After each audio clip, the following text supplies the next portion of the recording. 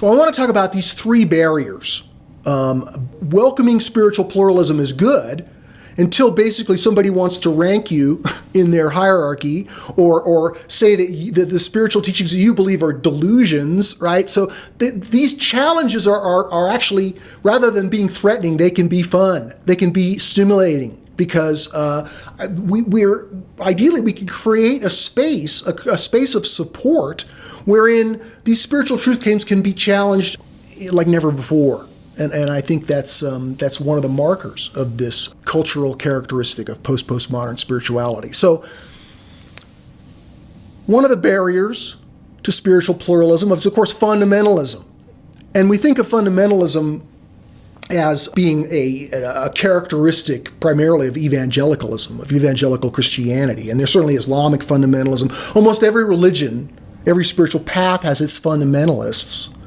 But it's also important to see how fundamentalism is not a characteristic solely of traditional spirituality.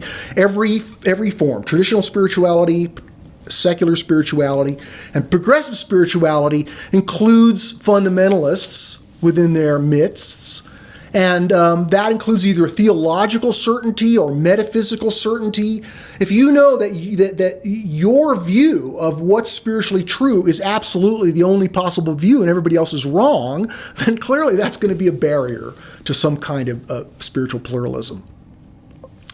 The other one is reductionism, right? Again, reductionism can be found in every one of these lines, but it's primarily a characteristic of secular spirituality, which the culture of which is very much about debunking, right? And much of it has arisen as a defense, and it attempts to debunk both religious spirituality, which is its main target, but also progressive spirituality, which it just sort of dismisses or lumps in with religious spirituality.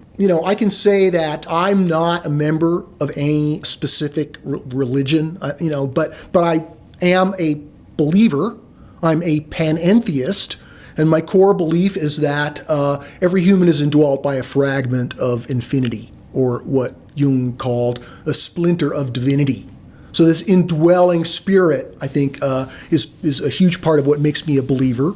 But again, I'm not out here to promote my particular spiritual belief, which is rather personal and eclectic.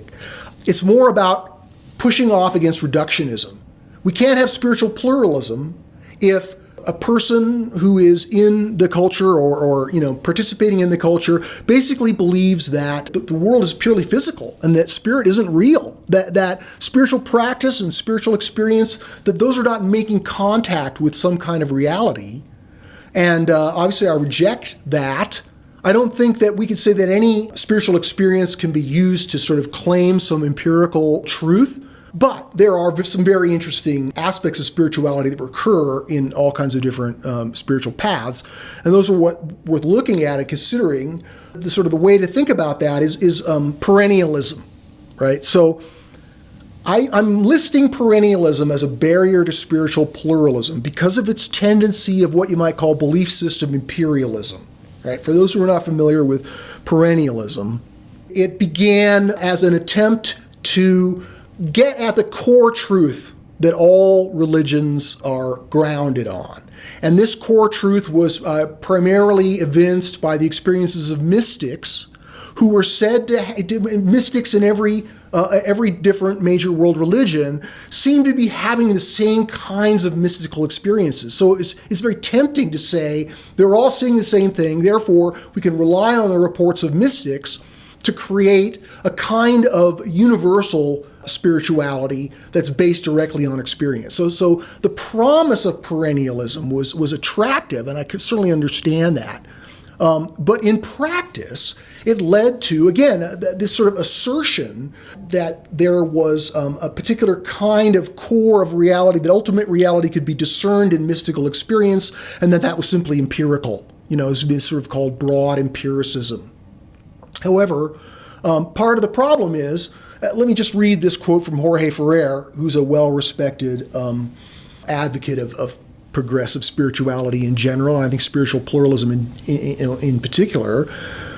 The esotericist claim that mystics of all ages and places converge about metaphysical matters is a dogma that cannot be sustained by the evidence. Even though perennialists, to their credit, reject both the exclusivism of exoteric believers and the inclusivism of sentimental ecumenism, their commitment to a non-dual monistic metaphysic that is supposed to be absolute, universal, and paradigmatic for all traditions is ultimately a return to dogmatic exclusivism and intolerance.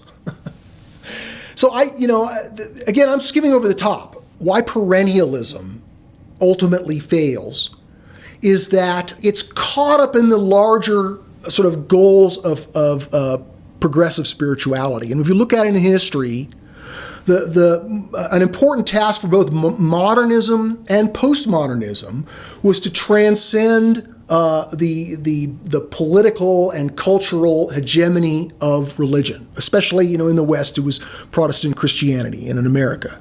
And so modernity and the Enlightenment, very important to push off against the pathologies, the stifling pathologies of religion. So a huge telos of modernity is to create a secular government, right, to separate church and state.